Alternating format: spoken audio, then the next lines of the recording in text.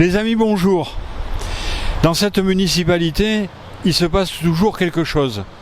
C'est jamais bien, mais on a toujours des surprises. Alors si je me trouve à l'instant devant la préfecture de police des Bouches-du-Rhône, c'est pour évoquer les problèmes de police. Mais pas de police nationale. Ils font tout ce qu'il est en leur pouvoir pour nous sécuriser la vie. Il manque simplement des moyens.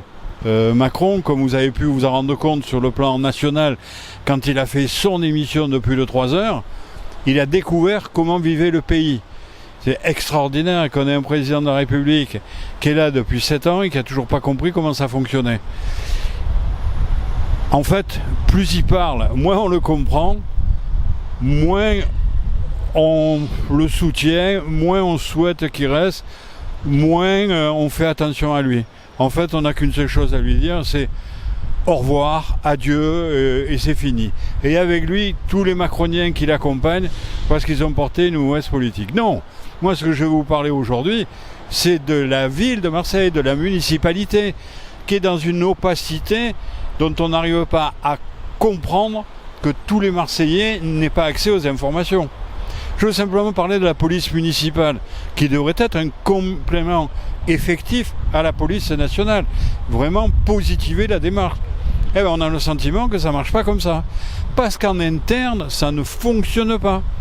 Le personnel municipal est pris de clans, de groupes, de groupuscules qui se font la guerre en interne. Et oui, on n'a pas trop vu sur la presse locale, mais la presse nationale, ça en est fait largement l'écho au travers différents journaux.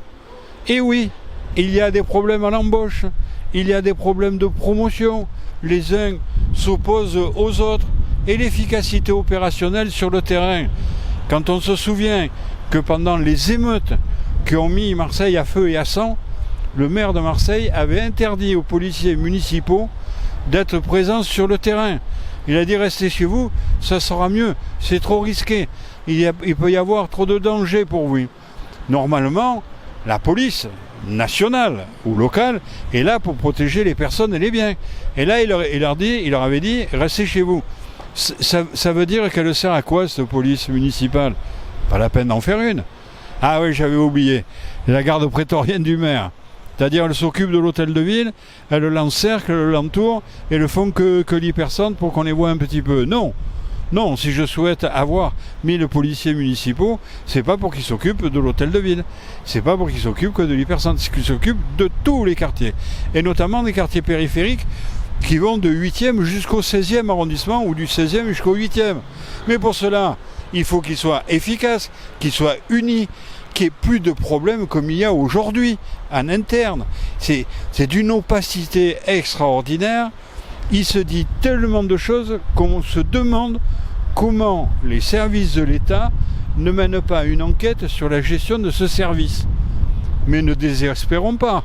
On a encore un peu de temps devant nous, et peut-être que d'ici là, on aura un peu éclairci les choses.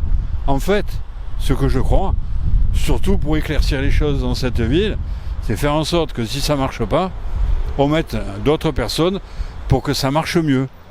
En tous les cas, c'est ce que je vous suggère. Et je vous dis à très bientôt. Amicalement vôtre.